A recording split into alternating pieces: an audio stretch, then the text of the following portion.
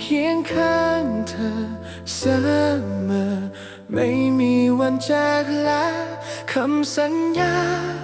พัดหายพร้อมความปวดร้าวได้แค่ภาวนาให้เราได้พบเจอชาติหน้าเพียงพริบตา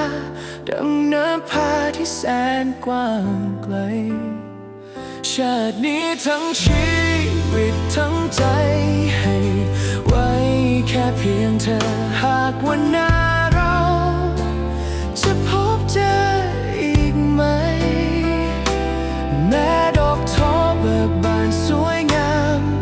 สุดท้ายก็ต้องโรยราตกหล่นดินเมื่อถึงเวลาโรยราเพียงพริบตาคำว่ารักทำไมเธอถึงจากฉันไปรักวันวาน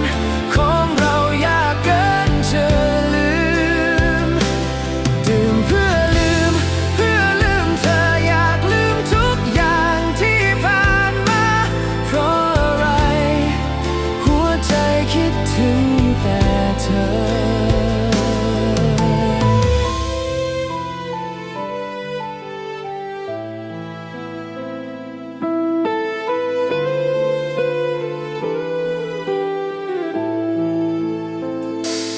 หากเวลาย้อนกลับสองเรายังอยากเจอกันไหมเวลาผ่านหัวใจไม่เคยหยุดรักจะรักเธอมากกว่าเพื่อจะไม่เสียใจซ้ำซากดังดอกไม้ปลิวไปพร้อมกับสายลมเพียงพริบตาคำว่ารักทำไมเธอถึงจากฉันไป